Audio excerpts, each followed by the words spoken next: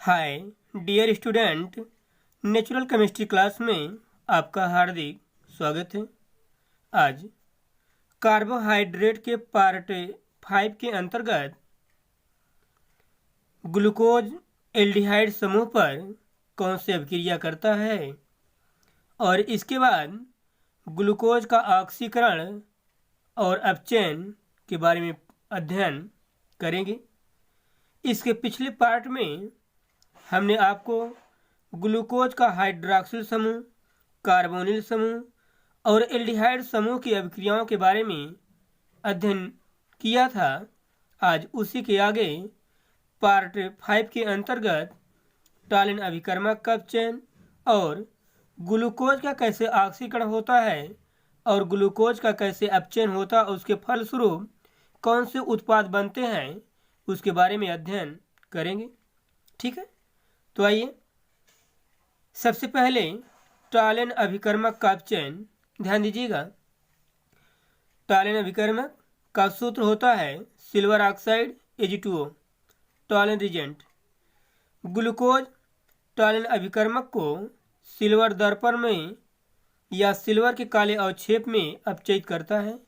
किसका अपचयन हो रहा है? टालिन अभिकर्मक का अपचयन किसका हो रहा है? टालिन अभिकर्मक का। और आप जानते हैं कि अपचयन की प्रक्रिया में क्या कंडीशन होती है? किसी यौगिक के द्वारा जिसका अपचयन हो रहा है या तो हाइड्रोजन ग्रहण करे या तो ऑक्सीजन त्याग करे। यहाँ पर जो टालिन अभिकर्मक है ये सिल्वर का त्याग करता है। ऑक्सीजन त्यागने की प्रक्रिया या हाइड्रोजन ग्रहण करने की प्रक्रिया क्या कहलाती है? अपचयन कहलाती है।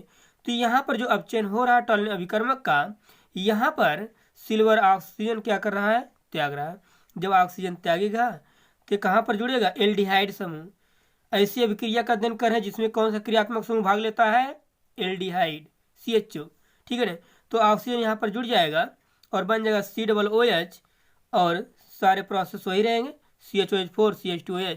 बने क्या? Gluconic acid. और यहाँ से सिल्वर काले अवक्षेप के रूप में क्या हो जाएगा? प्राप्त हो जाएगा। कुछ करना है नहीं।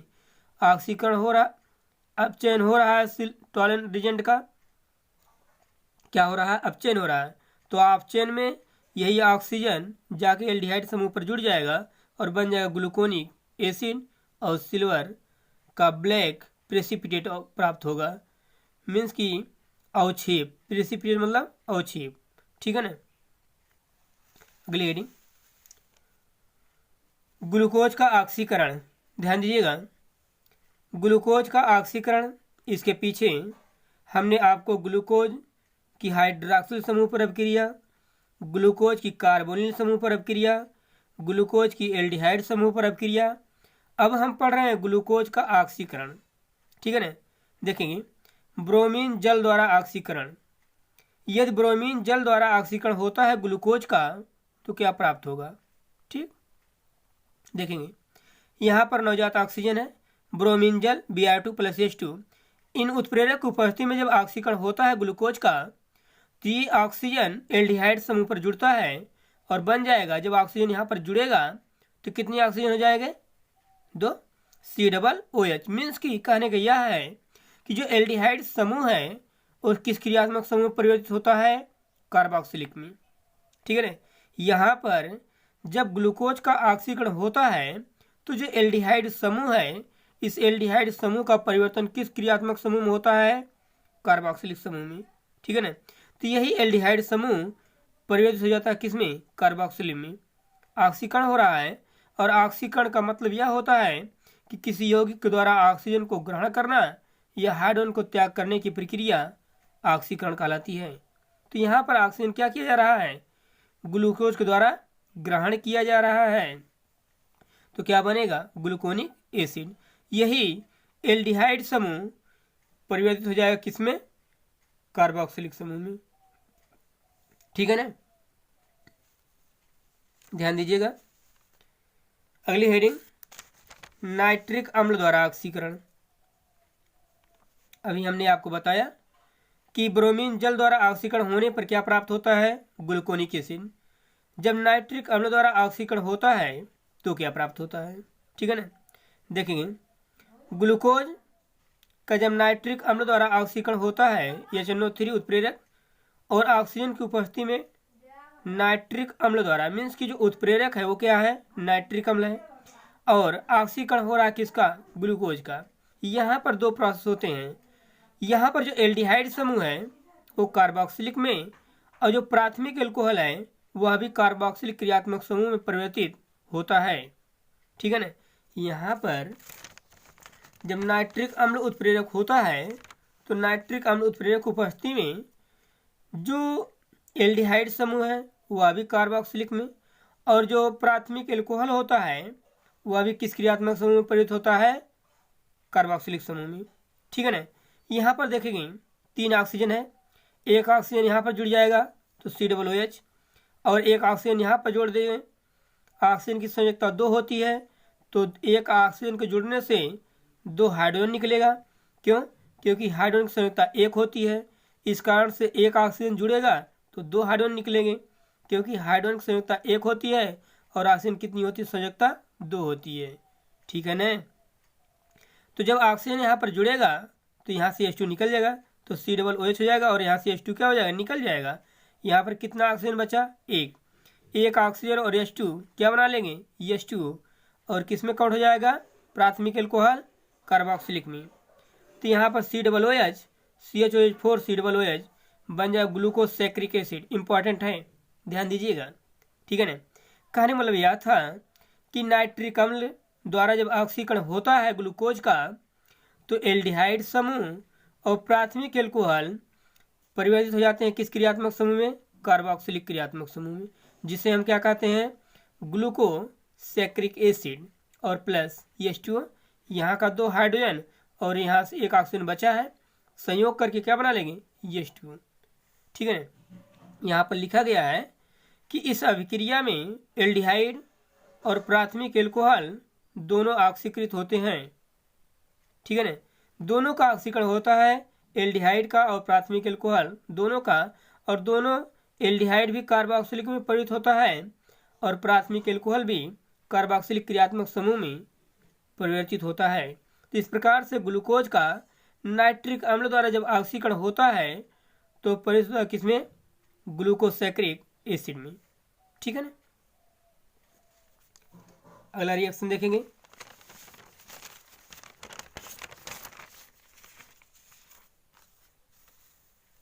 ध्यान दीजिएगा। ग्लूकोसैक्रिक एसिड अभी प्राप्त किया। अब इसके बाद ग्लूकोज का अपचयन। ठीक है, ध्यान दीजिए। यदि ग्लूकोज का अपचयन, इसके पहले हमने ग्लूकोज का ऑक्सीकरण आपको बताया। यदि ग्लूकोज का अपचयन होता है तब कौन से यौगिक का निर्माण होता है, देखेंगे। पहला रिएक्शन, ग्लूकोज का H2Na द्वारा अपचयन। यहाँ पर हाइड्रोजन और निकल उत्प्रेरक है। H2Na द्वारा जब अपचयन होता है ग्लूकोज का, और आप जानते हैं कि अपचयन प्रक्रिया में किसी कार्बनिक यौगिक के द्वारा हाइड्रोजन क्या किया जाता है, ग्रहण किया जाता है। ठीक है ना। यहाँ पर भी क्रियात्मक समूह एल्डिहाइड ही भाग लेगा, एल्डिहाइड क्रियात्मक समूह भाग लेता है। और जब यहाँ पर अपचयन होता है तो ध्यान दीजिएगा, यहाँ पर अपचयन होगा तो एक H यहाँ पर जोड़ दिए CH2 हो जाएगा, और एक H को ऑक्सीजन पर जोड़ दीजिए तो OH हो जाएगा, तो CH2OH बन जाएगा। क्या बन जाएगा, एक हाइड्रोजन यहाँ पर जोड़िए, एक हाइड्रोजन पहले से है तो CH2 हो गया, और एक हाइड्रोजन यहाँ पर जोड़िए तो OH हो गया। तो यही जो ग्लूकोज है H2Na उत्प्रेरक उपस्थिति में जब इसका अपचयन होता है, किसका, ग्लूकोज का। ठीक है ना। जब अपचयन होता है तो यहाँ पर क्या बन गया, CH2OH, दोनों हाइड्रोजन यहाँ पर जुड़ जाएंगी। यहाँ पर CH2 बन गया और यहाँ पर OH हो गया, तो CH2OH, और जितने और भी जुड़े हुए हैं उनको ऐसे जोड़ दीजिए, CHOH4 CH2OH, जिससे हम क्या कहते हैं, सॉर्बिटॉल। बहुत इंपॉर्टेंट है, ध्यान दीजिएगा। ठीक है ना। सॉर्बिटॉल कैसे बनेगा, ग्लूकोज का H2Na द्वारा अपचयन करने पर। कुछ करना है ही नहीं, आप थोड़ा सा ध्यान दीजिए कि एल्डिहाइड समूह परिवर्तित हो जाएगा किसमें, प्राथमिक एल्कोहल में। एक हाइड्रोजन यहाँ पर जोड़िए, एक ऑक्सीजन पर जोड़िए, CH2OH बन गया, और सारे प्रोसेस से लिख दीजिए, बन गया क्या, सॉर्बिटॉल। ठीक है ना। कोई थोड़ा सा ध्यान देना है आपको कि अपचयन प्रक्रिया में H2NI द्वारा जब अपचयन होता है ग्लूकोज का तो सार्बिटॉल में परिवर्तित होता है और उसमें कौन सा क्रियात्मक समूह भाग लेता है, एल्डिहाइड। ठीक है ना।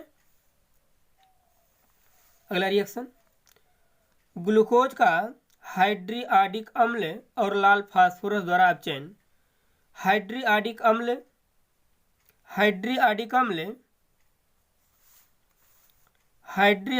का मतलब, यहां ध्यान दीजिएगा,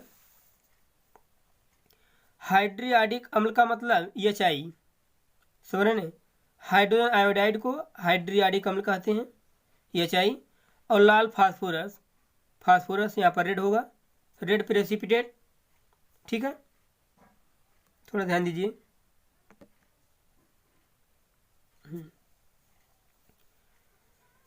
यहाँ पर ग्लूकोज का हाइड्रियाडिक अम्ल और लाल फास्फोरस द्वारा अपचयन होता है।